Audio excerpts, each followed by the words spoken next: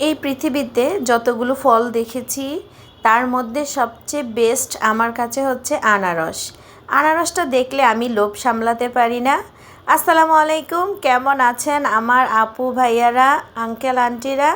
কে কোথায় থেকে আমার ভিডিও দেখছেন সবার জন্য অনেক অনেক দোয়া রইল। ভালো থাকবেন সবাই। আজকে সকালের জন্য আলু ভাজিটা করে নিয়েছি। বাচ্চাদের পছন্দের এই আলু ভাজি হলে রুটির সাথে আর কিছুই লাগে না।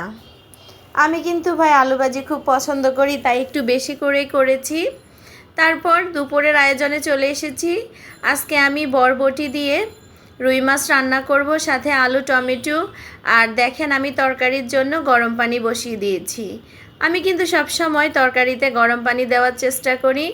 আমার কাছে মনে হয় রান্নাও দ্রুত হয় আর স্বাদটাও কেন জানি ঠিক থাকে। এ পর্যন্ত যারা আমার ভিডিও দেখছেন প্লিজ মনে করে একটা লাইক দিয়ে দিবেন। আপনাদের একটা লাইকই পারে আমার ভিডিওকে আরও অন্যান্য ভাইয়া আপুদের কাছে পৌঁছে দিতে। এখানে আমি মিষ্টি কুমড়া রান্না করার জন্য আরেকটা পাতিল বসিয়ে দিয়েছি।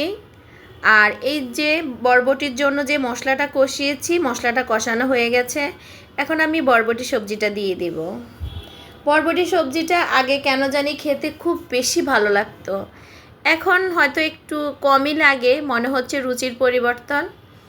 মেয়েদের মন তো কোন সময় কি হয় বলাই যায় না। তারপর আমি ভালোভাবে মশলার সাথে কষিয়ে নিচ্ছি। আর অন্য সাইডে আমি মিষ্টি কুমড়ার বসানোর জন্য এই যে পাতিলে পরিমাণ মতো তেল দিয়ে এখন পেঁয়াজ দিয়ে দিলাম। আমার প্রিয় আপুরা, আমি ইদানিং অনিয়মিত ভিডিও দেওয়ার কারণে আমার ভিউ অনেক কমে গেছে। আর সাবস্ক্রাইবের কথা কি বলবো, অনেক দিন হয়েছে এই ফেসটাতে কাজ করছি, কিন্তু তেমন একটা ভিউজও হচ্ছে না আর সাবস্ক্রাইব তো হচ্ছেই না। আর ভিডিওতে লাইকের পরিমাণ অনেক কম। যেসব আপুরা আমার ভিডিও দেখেন প্লিজ একটা ছোট্ট একটা লাইক দিবেন। আপনাদের একটা লাইকের কারণে আমার ভিডিও আরও আপু ভাইয়াদের কাছে পৌঁছে যাবে।